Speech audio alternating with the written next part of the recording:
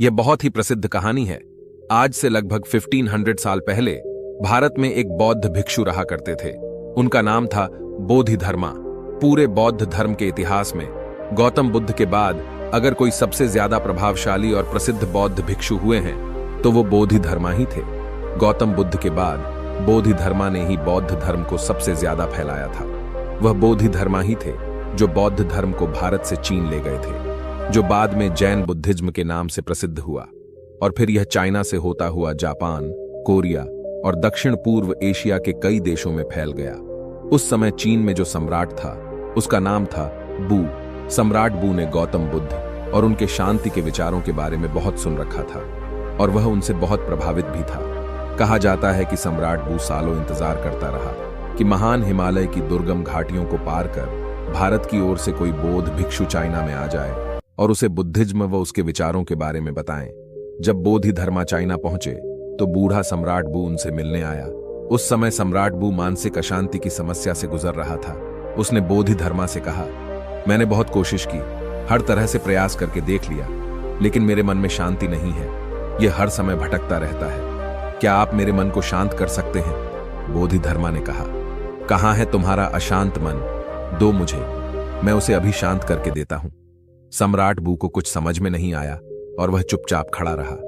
बोधिधर्मा ने कहा, ठीक है, मैं तुम्हारा मन शांत कर दूंगा, लेकिन इसके लिए तुम्हें कल सुबह 4 बजे अकेले मेरे पास आना होगा।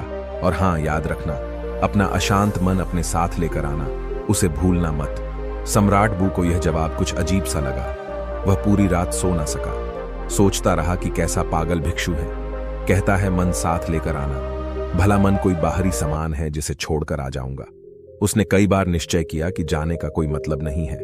इंसान पागल मालूम पड़ता है, लेकिन उसके पास और कोई दूसरा रास्ता भी नहीं था। इसलिए उसने निश्चय किया कि वह एक बार उस भिक्षु के पास जरूर जाएगा। अगली सुबह 4 बजे सम्राट बू बोधिशर्मा के पास पहुंच जाता है। बोधिधर्मा आंखें बंद करके ध्यान में बैठे हुए थे। सम्राट के आने की आहट पाकर बोधिधर्मा अपनी आंखें खोलते हैं और सम्राट बू से कहते हैं कि तुम आ गए, लाओ जल्दी से अपना अशांत मन मुझे दे दो, मैं उसे शांत करके तुम्हें वापस देता हूं। सम्राट बू ने कहा, यह आप कैसी बातें कर रहे हैं? क्या मन भी कोई वस्तु है जिसे मैं आपको दे दूं? यह तो मेरे अंदर है, मेरे सिर की हड्डियों के अंदर है।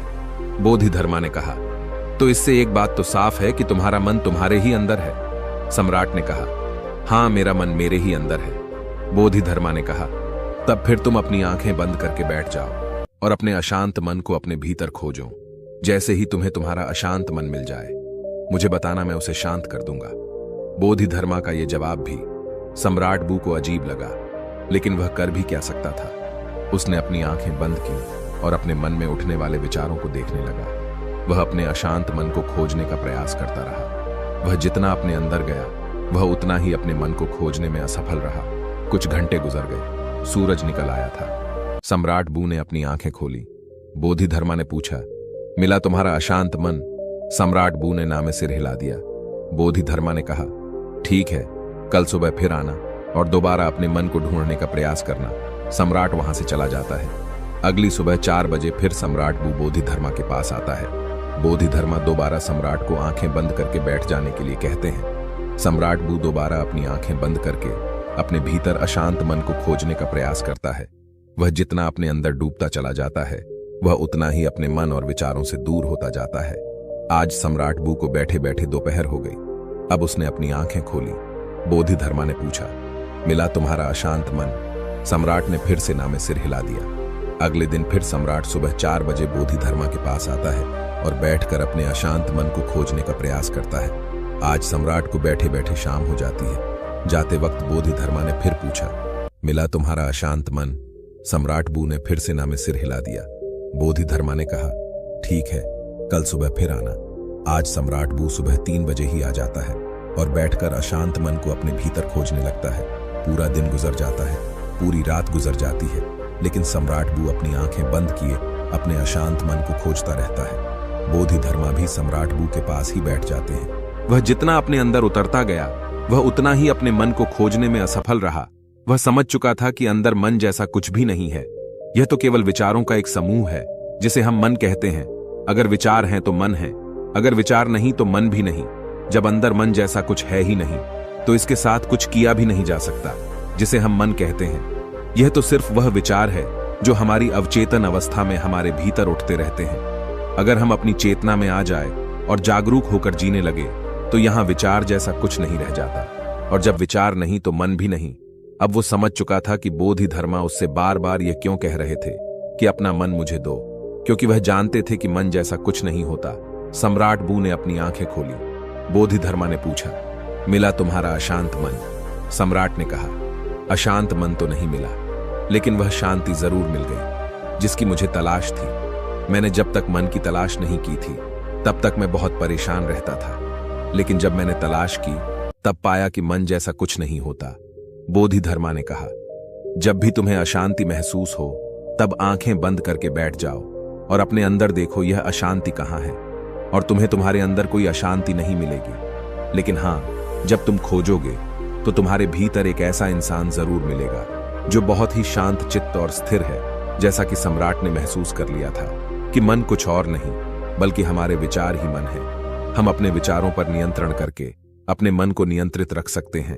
अगर हम अपने जीवन में देखें तो हमारे चारों तरफ ऐसे लाखों लोग हैं जो मानसिक अशांति से परेशान हैं।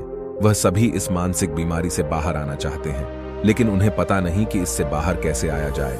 और अगर कुछ लोग इसे बाहर आने का प्रयास भी करते हैं तो कुछ शुरुआती असफलताओं के बाद वह हार मान जाते हैं और फिर यह मानसिक अशांति मरते दम तक उनके साथ रहती है।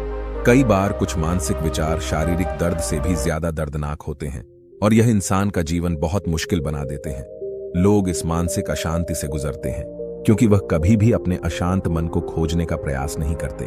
वह कभी भी अपने भीतर झांक कर यह देखने का प्रयास नहीं करते कि असल में इस मानसिक अशांति का कारण क्या है।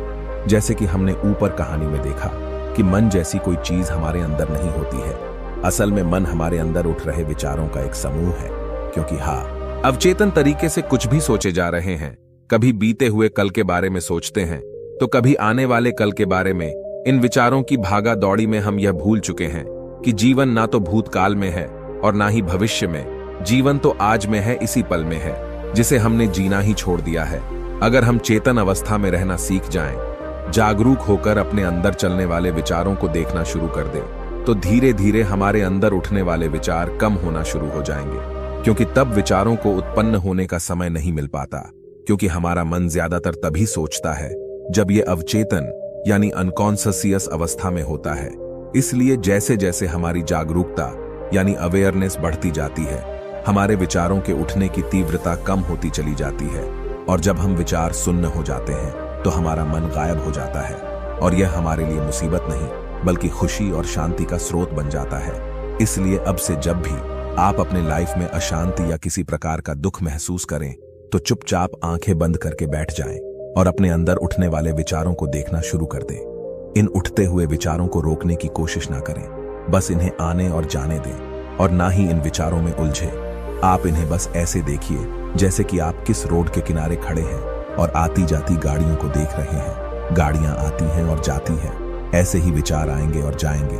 आपको बस उन्हें देखते रहना है। समय के साथ धीरे धीरे यह विचार आने बंद हो जाएंगे और अंत में आप खुद को ऐसे इंसान के रूप में पाओगे जो अंदर से एकदम स्थिर और शांत है।